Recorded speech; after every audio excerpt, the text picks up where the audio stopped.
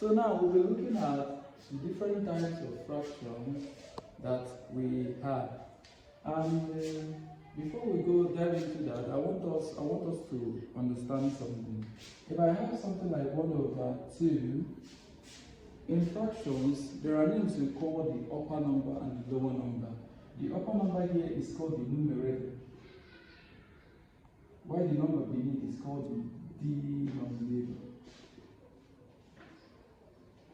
Okay, so I just wanted to clear us on that before we can proceed.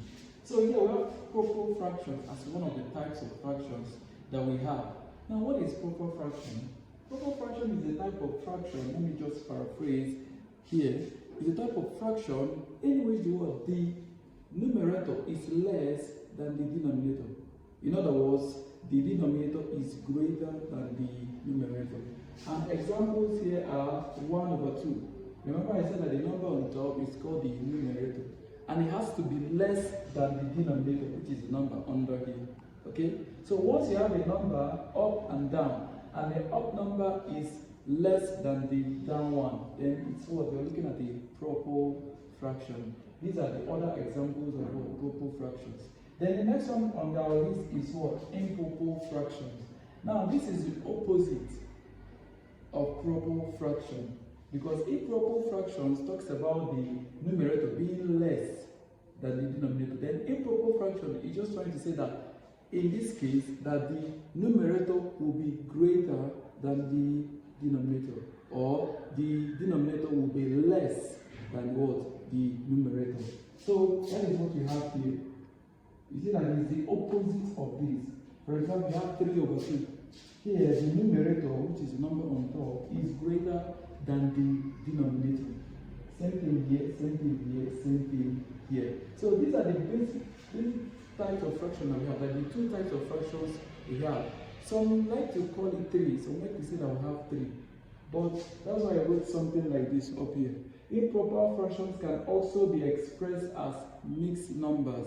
Yes, we tend to, add mixed numbers as part of fractions, but they are just an extension of improper fraction. Mixed number is a combination of what? A whole number and what? Fractional part.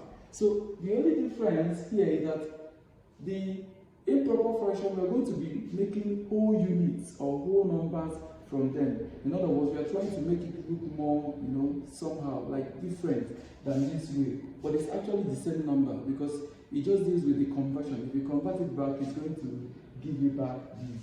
For example, we have represent 3/2 as a mixed number. And you can see my drawing here. It's not too fancy, but we're going to manage it. So here I have 3/2. Let us express it in terms of what? Mixed numbers. Now, what we need to know here is 3/2. The denominator here tells us how many parts something is split into. That is what it tells us. So 3/2, look at the one I'm going to what? Represent it. I'm going to be representing it with what? A square divided into 2 equal parts. Now, if you divide it into 2, then the top number here, I can liken it to be telling me how many parts of this fraction that is shaded. So here we have being divided into 2 equal parts and 3 parts that is what? Shaded. So I'm going to make 2 groups of the square here. So I have the first group and the second group, each divided into 2. Okay? So the first part means this is both shaded, then this is the third part, which is what?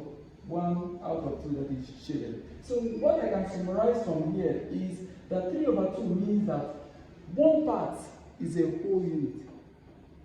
One part is a whole unit, plus another 1/2 that is shaded. So if I join both together, I'm going to have one whole number. This is the way it is pronounced. One whole number or one whole unit, 1/2. Or it's called, you can simply say that it's what? 1.5. So that is it. Another example, if you look at another example, if you have something like 5/2, let us represent it in 2 forms. Now, this number shows us how many parts it is the whole unit is divided into. So here I'm going to be creating this To meet up the 5, I have to create like 3 groups. So on top here we have 5, meaning that 5 parts are what? Shaded.